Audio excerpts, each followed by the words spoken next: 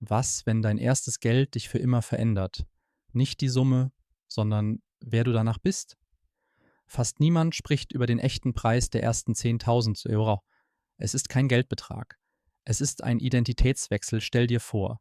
Du öffnest dein Konto und siehst 4 Stellen. Dein Herz schlägt plötzlich anders. In diesem Moment passiert etwas im Gehirn, das Wissenschaftler fasziniert. Dopamin flutet Bereiche, die sonst schlafen. Dein Nervensystem lernt, ich bin jemand, der Geld behält, diese neue Überzeugung sitzt tief. Vorher war Geld immer weg, bevor du es zählen konntest. Das alte Muster hatte einen Namen, Knappheitsdenken. Mit 10.000 Euro auf dem Konto bricht dieses Muster zum ersten Mal. Dein Gehirn beginnt, Überfluss als normal zu speichern. Du triffst plötzlich andere Entscheidungen, ruhiger, geduldiger, langfristiger, nicht weil du klüger bist, sondern sicherer. Psychologen nennen das den Sicherheitsankereffekt. Ein Puffer verändert, wie wir Risiko wahrnehmen. Ohne diesen Anker reagieren wir aus Angst, mit ihm reagieren wir aus Stärke. Das ist der eigentliche Renditeunterschied. Deshalb sind die ersten 10.000 Euro nicht der Anfang deines Reichtums, sie sind das Ende deiner alten Identität. Und genau das macht dieses Ziel so mächtig und so missverstanden. Es geht nie nur ums Geld, aber wie baut man diesen Anker überhaupt auf? Im nächsten Kapitel zeigen wir dir den konkreten ersten Schritt. Du hast jetzt verstanden, wie der Notgroschen entsteht, doch was passiert danach in deinem Gehirn? Dein Körper reagiert sofort auf finanzielle Sicherheit. Der Cortisolspiegel im Blut sinkt messbar. Cortisol ist ein Stresshormon, es trübt klares Denken, weniger davon bedeutet bessere Entscheidungen. Forscher nennen das den Financial Safety Net Effekt. Ein Puffer verändert dein Verhalten messbar. Ohne Notgroschen verhandelst du aus Angst. Mit Notgroschen verhandelst du aus Stärke. Stell dir vor, du brauchst diesen Job dringend. Dein Chef spürt deine Verzweiflung sofort. Jetzt dasselbe Gespräch, aber mit 10.000 SWOT auf dem Konto. Deine Körpersprache verändert sich komplett. Verhaltensökonomen nennen das BATNA deine beste Alternative zur aktuellen Verhandlung. Sie gibt dir Macht. Das Paradox, wer Geld hat, braucht es weniger verzweifelt. Genau das zieht mehr davon an. Verzweiflung ist in Verhandlungen sichtbar, in Mimik, Stimme und Tempo, andere reagieren darauf unbewusst. Sicherheit hingegen signalisiert Wert.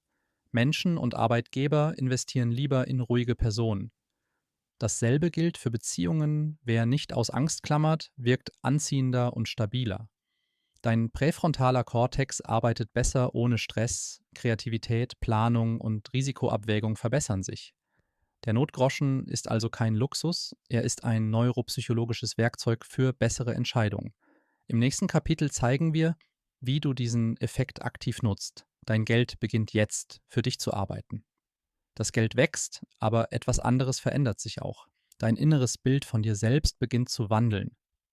Die meisten sehen 10.000 Euro als Zahl auf dem Konto. In Wirklichkeit ist es ein psychologischer Wendepunkt. Jahrelang hast du dich als jemand definiert, der kein Geld hat. Diese Identität sitzt tiefer als jede Kontozahl. Psychologen nennen das Self-Concept Theory. Wir handeln immer konsistent mit unserem Selbstbild. Wer sich als arm definiert, trifft unbewusst Entscheidungen, die Armut bestätigen. Der Kreislauf schließt sich bei 10.000 Euro. Bricht dieser Kreislauf erstmals auf, dein Gehirn kann sich nicht mehr als mittellos bezeichnen.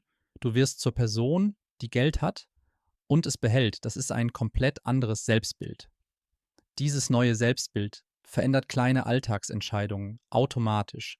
Du fragst dich plötzlich, ist das mein Stil? Impulskäufe fühlen sich falsch an, wenn du dich als Sparer siehst. Die Identität schützt dich unbewusst. Lifestyle-Inflation ist die größte Gefahr nach dem ersten Erfolg, mehr Geld, mehr Ausgaben. Das Konto bleibt leer. Wer sich als Sparer identifiziert, widersteht diesem Sog automatisch. Die Identität ist stärker als der Wunsch. Soziale Vergleiche verlieren ihre Macht über dich. Du spielst ein anderes Spiel als deine Umgebung. Du musst das neue Selbstbild aktiv pflegen und schützen. Alte Gewohnheiten wollen zurückkehren.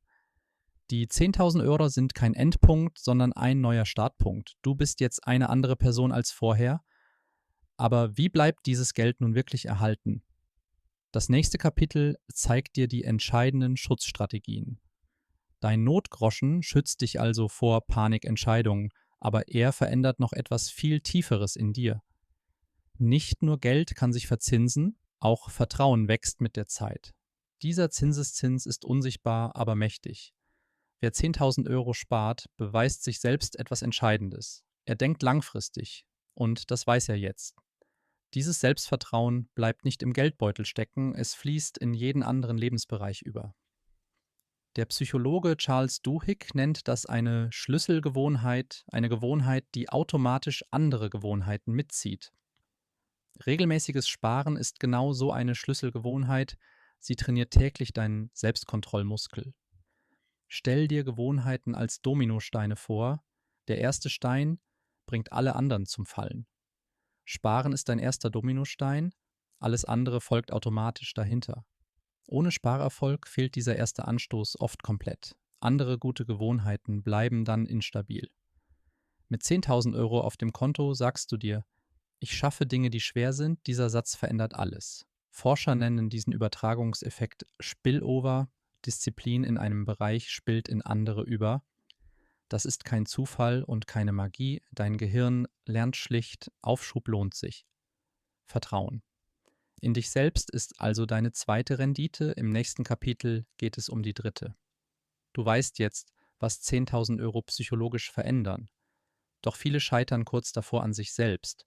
Bei 3.000 Euro, 5.000 Euro oder 8.000 Euro stoppen die meisten. 3 mentale Fallen sind dafür verantwortlich. Falle Nummer 1: Lifestyle-Inflation bei kleinen Erfolgen.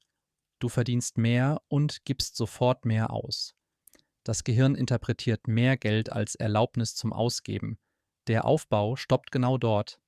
Die Gegenstrategie: lege sofort 50% jedes Einkommensanstiegs fest weg, automatisch, kein Nachdenken.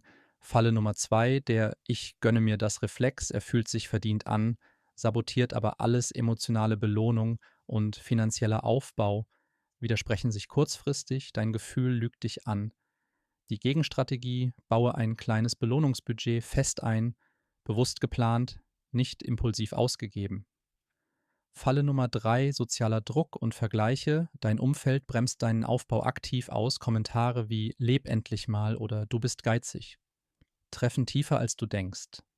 Die Gegenstrategie: erkläre dein Ziel niemandem, der es nicht versteht. Schütze deine Energie. Alle 3 Fallen haben eine gemeinsame Wurzel. Kurzfristiges Fühlen schlägt langfristiges Denken.